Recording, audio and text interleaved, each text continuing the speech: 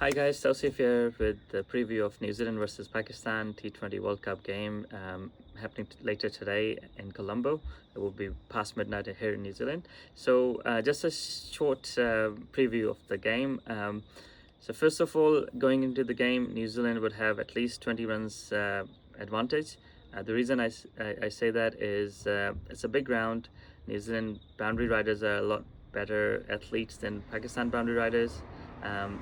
Running between the wicket is the same thing. So I would say at least 20 runs difference because it's a big ground. On a smaller grounds, that difference becomes lesser because obviously there's not a lot of running between the wicket as such, because it will be on a slower stride wicket, which means that there will be a lot of running. So I would say New Zealand starting with sort of a head start of 20 runs. Okay, so team selection. First talking of New Zealand team. Fast bowlers have been struggling. They're going for more than 10 and over. Lockie Ferguson arrived last night, I think, so he might actually play. But I was probably think that New Zealand should go with two fast bowlers, and Jimmy Neesham will be your backup of like third seamer, and maybe Daryl Mitchell if he needs to bowl. But somehow New Zealand need to find a way for Ish Sodhi. They haven't played him yet, but I think because of the conditions, bigger ground, and Pakistan's batting struggles against quality spin, you probably want to get him in and hope that he's on song. Other than that, I think New Zealand Setner comes in, so quality bowler probably. If Babar Azam is batting early, probably come in the power play. He probably will bowl one over in the power play, maybe more. And Pakistan has struggled against Indian spinners, so Setner is a quality spinner. And I don't think there will be any other changes unless there are some injuries that I don't know of. Pakistan side. So similarly, as I said, like the New Zealand need to find a way to get get East Saudi in. I think Pakistan should find a way to get Fakhar Zaman in. The reason for that is New Zealand will definitely bowl around 10 overs of spin in this game, and that's when you need someone like Fakhar Zaman who can generate power on a slow deck, especially in the middle overs. So who would you drop, Khwaja Nafi or Babar Azam? Not too sure, probably Khwaja Nafi probably has to go. Babar Azam, probably, I mean, either way you can send Abel, but they haven't dropped Babar Azam recently, so I don't know if they will. Other option is to open with Babar Azam and Saim Ayub bats in the middle order, and that balances out the team as well, because Saim Ayub is struggling. He's a walking wicket right now, so it's better to have a partnership at the top with Farhan being aggressive and Babar Azam being tentative. But let's see what Pakistan does there. One more thing, I think Pakistan needs another fast two genuine new ball bowlers. The reason for that is both Finn Allen and Seifert are aggressive batsmen, and like there is a chance of swing with such a humid day today, and sort of game starting at just after sunset. So especially if Pakistan are bowling first, there's a good chance of swing, and if somehow get maybe Naseem Shah in as well with Salman Mirza, and then you have to maybe rest one of your all-rounders, Fakhar Zaman, or not Fakhar Zaman, sorry, Mohammad Nawaz or Fahim Ashraf. Doesn't make sense to play both of them with the current setup.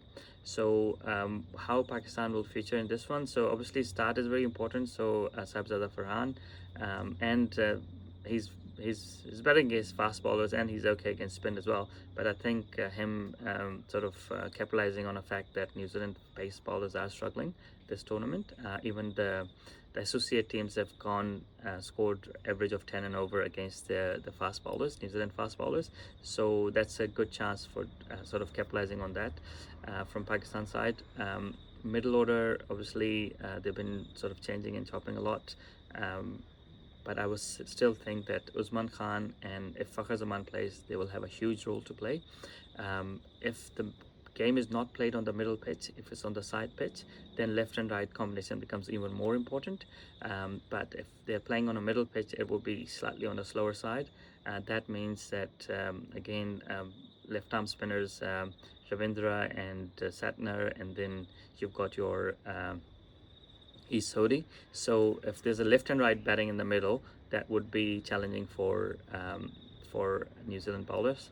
In terms of New Zealand batting, obviously they start aggressive, but they've got guys who can do both. They can bat long as well as they can sort of go hard. So if you look at likes of like Ravindra would kind of will play an anchor role, but can play aggressive cricket. Openers are aggressive, as we know. Then Glenn Phillips, again, he can consolidate and as well as he can go hard.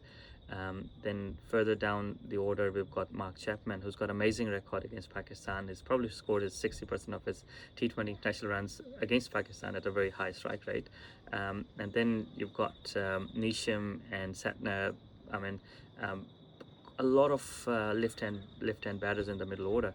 I would say they've got from 3 till 8, they've got 4. So that's where you sort of the role of Shadab Khan or Mohammad Nawaz becomes less because obviously left-handers would probably find it easier to hit them.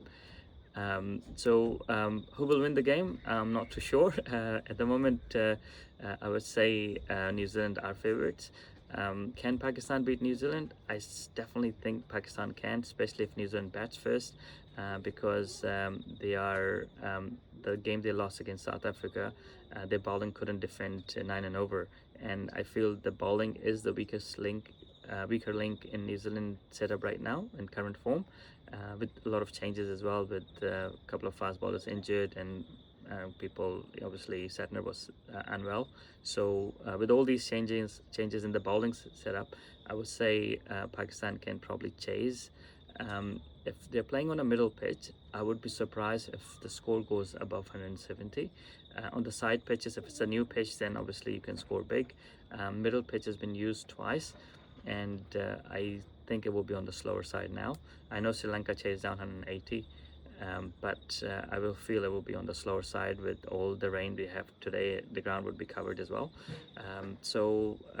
Yeah, so my verdict is New Zealand favorites. The only way Pakistan can win is probably chasing.